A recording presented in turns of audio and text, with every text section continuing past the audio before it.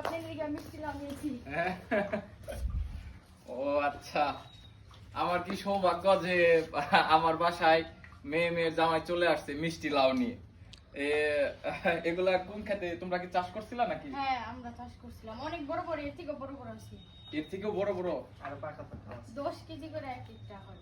ও আচ্ছা, লাউ নিয়ে আসছে, আমি কিন্তু অনেক খুশি হয়েছি। এখন দেওয়ার মতো কিছুই নাই। তো যাই হোক, লাউ কই বিক্রি হয়ে গেছে সব? না, বাসায় আছে বাড়ির আরো? বাসায়। আরো আছে? আরো অনেকটা আছে বাসায়। ও আচ্ছা, চলো তো দেখি, বাসায় যাই। রাখি যাই, নিয়ে যখন আসছেই। তো ওরা কিন্তু খুব কষ্ট করছে আর কি, এই সময় সংসার গুছিয়ে নিতেছে। তারপরে আপনার এই যে খেতে গেছে, খেতে এই লাউ চাষ করছে, বাড়িতে কয়েকটা গরু আছে। তো ওরা কিন্তু যা করতেছে এই বয়সে অনেকের পক্ষে এটা সম্ভব না। ওদের জন্য দোয়া করতেছি আমি। লাউ দেখানোর জন্য আমাকে নিয়ে আসছে। আসলে ও কিন্তু অনেক পরিশ্রম করে, এই বয়সে যে সংসারটা গুছিয়ে নিছে, এই জন্য খুব ধন্যবাদ।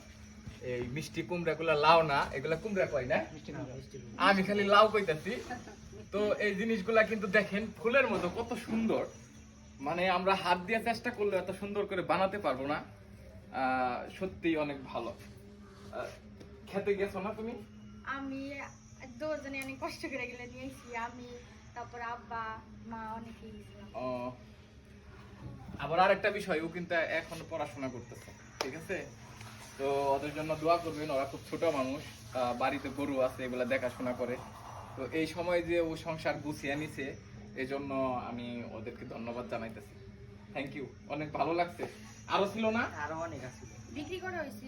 বিক্রি করা হয়েছে? আরো বড় বড় আছিল অনেকটি। আচ্ছা, বুঝছি। 10 কেজি করে এক একটা। ঠিক আছে, ওদের জন্য দোয়া করবেন। আসসালামু আলাইকুম।